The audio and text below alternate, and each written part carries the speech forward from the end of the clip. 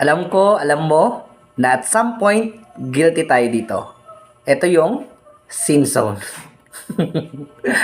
So sa mga nagtatanong kung bawal nga ba ang sin zone, ito po yung sagot ko dyan. Depende.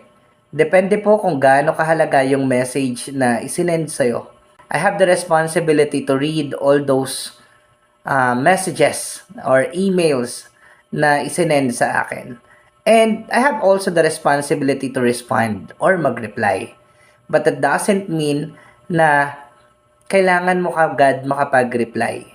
Siyempre, minsan, may time din na ginagawa ka at magagawa mo lang makapag-reply kapag ka available ka na. Additionally, it's all about balance and respect for the other's time, feeling, and emotion.